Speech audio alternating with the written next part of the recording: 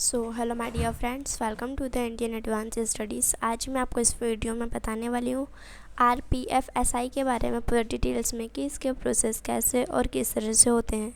उससे पहले मैं आपको बताना चाहूँगी कि IAS पेपर एक एक्सक्लूसिव और ऑफिशियल वेबसाइट है जहाँ पर आपको इससे रिलेटेड सभी इन्फॉर्मेशन, अपडेट्स, नोटिफिकेशंस आपको सबसे पहले मिलेंगी। तो फिर पहले मैं यहाँ पे सर्च करूँगी।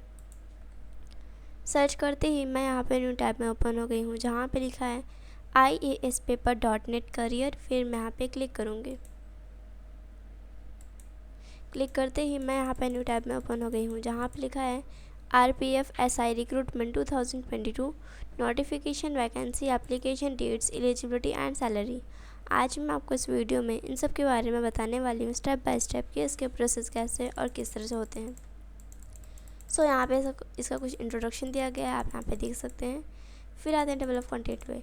जैसे कि अगर आपको किसी भी टॉपिक के बारे में जानना हो, जैसे कि अबाउट एग्ज़ाम, RPFSI या फिर उसके highlight, states, notification, vacancy, eligibility, application process, admit card, centre pattern, syllabus, preparation tips, books, answer key, result, cut off, selection process, salary and promotion, इन सब में से अगर आपको किसी भी टॉपिक के बारे में डाउट हो तो फिर आप उस टॉपिक पे क्लिक कीजिएगा और अपने पेज में ओपन हो जाएंगे और आपके सारे डाउट्स क्लियर हो जाएंगे।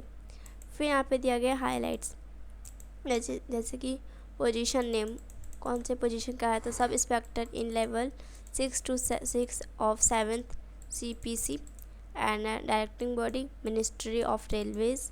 एग्ज़ाम लेवल, ये नेशनल लेवल का एग्ज़ाम होता है। Group ABCDE and F, group F तक होता है इसका। फिर आपका ऑनलाइन एप्लीकेशन फॉर्म जो है ऑनलाइन मोड से फिल किया जाता है। एप्लीकेशन फ़ीस रहता है 500 rupees, online and offline both. और mode of exam, online mode से आपका एग्ज़ाम होता है। Counselling offline and offline both होता है। If exam duration 1 hour and 30 minutes आपको पूरा पेपर कंप्लीट करने के लिए मिलता है। और नंबर ऑफ़ शीट्स 1120 शीट्स होते हैं। Frequency of conduct vacancy based रहता है इसका। Stage of exam CBT, PET and PMT और डॉक्यूमेंट वेरिफिकेशन, ये 3 स्टेजेस होते हैं। Exam purpose recruitment of SI in RPF and RPSF। फिर लैंग्वेज, ये बहुत सारे लैंग्वेज का होता है, हिंदी, उर्दू, गुजरात, इंग्लिश, पंजाबी, तमिल, मराठी, बहुत सारे लैंग्वेजेस का होता है। फिर इंपॉर्टेंट डेट्स, जैसे कि अगर किसी भी चीज़ का डेट आता है, जैसे कि नोटिफिकेशन का या फिर application form start date, application form last date, admit card, exam date या फिर रिजल्ट, इन सब में से अगर किसी भी चीज़ का डेट आता है तो फिर आपको इस वेबसाइट के थ्रू सबसे पहले पता चल जाएगा। अभी तो किसी भी चीज़ का डेट नहीं आया है।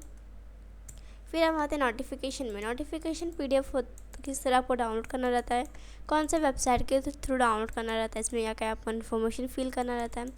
और सबसे पहले आपको ऑफिशियल वेबसाइट पे आना रहता है। ऑफिशियल वेबसाइट पे आते ही आपको लेटेस्ट अपडेट पे क्लिक करना रहता है। क्लिक करते हैं आप नोटिफिकेशन PDF का ऑप्शन दिया रहेगा, आपको उस पर क्लिक करना है। क्लिक करते ही उसमें आपको बहुत सारी इन्फॉर्मेशन दी रहती है, जैसे कि एप्लीकेशन फॉर्म से related, exam pattern, exam syllabus, क्या क्या इसमें सिलेबस आएंगी, उन सब के बारे में दिया रहता है नोटिफिकेशन PDF में। फिर यहाँ पे आप आते हैं वैकेंसीज़ पे। यहाँ पे अलग अलग पोस्ट के लोगों की अलग अलग वैकेंसीज़ होती हैं। अभी भी किसी भी चीज़ का भी वैकेंसीज़ अनाउंस नहीं किया गया है और ये वैकेंसीज़ एवरी ईयर चेंज होते रहते हैं। फिर अब हम आते हैं एलिजिबिलिटी पे। एलिजिबिलिटी होता है कि आप इसको अप्लाई करने के लिए एलिजिबल हैं या नहीं। एलिजिबिलिटी थ्री टाइप्स के होते हैं, nationality, education qualification and age limit. Nationality होता है कि अगर आप इंडिया के हैं तो ही आप इसको अप्लाई करने के लिए एलिजिबल हैं। और एज लिमिट आपकी 18 to 25 ईयर्स के अंडर भी होना चाहिए। अगर आप 18 से कम हैं या फिर 25 से ज़्यादा हैं तो भी आप इसको अप्लाई करने के लिए एलिजिबल नहीं रहेंगे। फिर एजुकेशन क्वालिफिकेशन यहाँ पे दिया गया, अगर आपका 10th पास हैं तो फिर आप इसको अपना अप्लाई करने के लिए एलिजिबल रहेंगे। फिर यहाँ पे दिया गया एप्लीकेशन फॉर्म। एप्लीकेशन फॉर्म आपको किस तरह फिल करना रहता है, कौन से वेबसाइट के थ्रू फिल करना रहता है, कितना उसमें फ़ीस पे करना रहता है, कौन कौन से डॉक्यूमेंट्स चाहिए रहते हैं, उन सब के बारे में दिया गया है।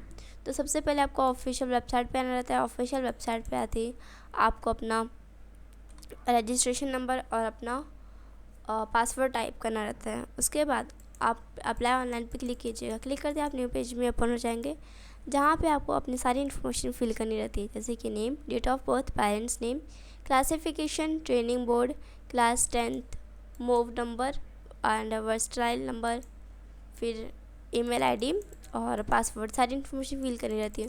उसके बाद उसमें आप डॉक्यूमेंट्स का भी ऑप्शन दिया रहता है, जैसे कि आप कोई भी डॉक्यूमेंट्स, बहुत सारे डॉक्यूमेंट्स चाहिए रहती हैं, जैसे कि Aadhaar card, PAN card, driving licence, voter ID, ये सारे डॉक्यूमेंट्स भी चाहिए रहता है। उसके बाद वहाँ पे एप्लीकेशन फ़ीस का ऑप्शन दिया रहता है।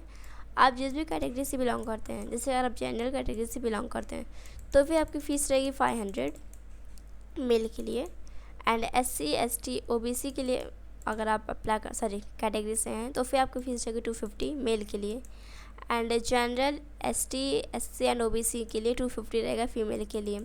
तो आप जिस भी कैटेगरी से या फिर जिस भी कैंडिडेट्स हैं आपको उतना फ़ीस देना रहेगा। उसके बाद अगर आपने सारी इन्फॉर्मेशन फिल कर लिया है तो फिर आपको एक बार अपना एप्लीकेशन फॉर्म रीचेक करना रहता है। अगर आपने अपना एप्लीकेशन फॉर्म रीचेक कर लिया है तो फिर आप उसको सबमिट भी कर सकते हैं। फिर यहाँ पे एडमिट कार्ड दिया गया है। एडमिट कार्ड एग्ज़ाम के 10-15 डेज़ पहले आती हैं। ये आप ऑफिशियल वेबसाइट के थ्रू चेक कर सकते हैं। सबसे पहले आपको ऑफिशियल वेबसाइट पे आना रहता है। ऑफिशियल वेबसाइट पे आते ही आपको enrolment number and password type करना रहता है। उसके बाद अगर आपने सही इन्फॉर्मेशन उसमें फिल किया है तो फिर आप अपना एडमिट कार्ड देख सकेंगे। अगर आपने अपना एडमिट कार्ड देख लिया है तो फिर आप उसको डाउनलोड भी कर सकते हैं या फिर आप इसको PDF भी बना सकते हैं अपने फ्यूचर रेफरेंस के लिए। फिर यहाँ पे दिया गया है कि एडमिट कार्ड के अंदर क्या क्या इन्फॉर्मेशन दिया रहता है, जैसे कि नेम ऑफ द कैंडिडेट्स, आपका name, roll number, year of birth, category, exam location and exam date and time, ये सारी इन्फॉर्मेशन दिया रहता है एडमिट कार्ड के अंदर। फिर गाइडलाइंस दिया गया है एग्ज़ाम डेट के लिए, documents to bring with the RPF SI admit card, आपको कुछ डॉक्यूमेंट्स भी लाना रहता है एग्ज़ाम डेट के दिन और साथ में एडमिट कार्ड पे। Along with the admission card candidates must bring the following documents, आपको अपना एडमिशन कार्ड भी लाना है, वोटर रजिस्ट्रेशन कार्ड, आधार कार्ड, आधार प्रिंट आउट, पासवर्ड, ये सारे आपको डॉक्यूमेंट्स लाना रहता है। फिर एग्ज़ाम सेंटर, आपका एग्ज़ाम सेंटर कहीं पे भी जा सकता है, जैसे कि यहाँ पे दिया गया प्लेस नेम, आपका एग्ज़ाम सेंटर किसी भी जोन में जा सकता है। फिर हम होता है एग्ज़ाम पैटर्न। एग्ज़ाम पैटर्न होता है कि कितने टाइप के क्वेश्चन आएंगे, कितने क्वेश्चन आएंगे, आपको कितना टाइम मिलेगा और किस टाइप के क्वेश्चन आएंगे, उन सब के बारे में यहाँ पे दिया गया है।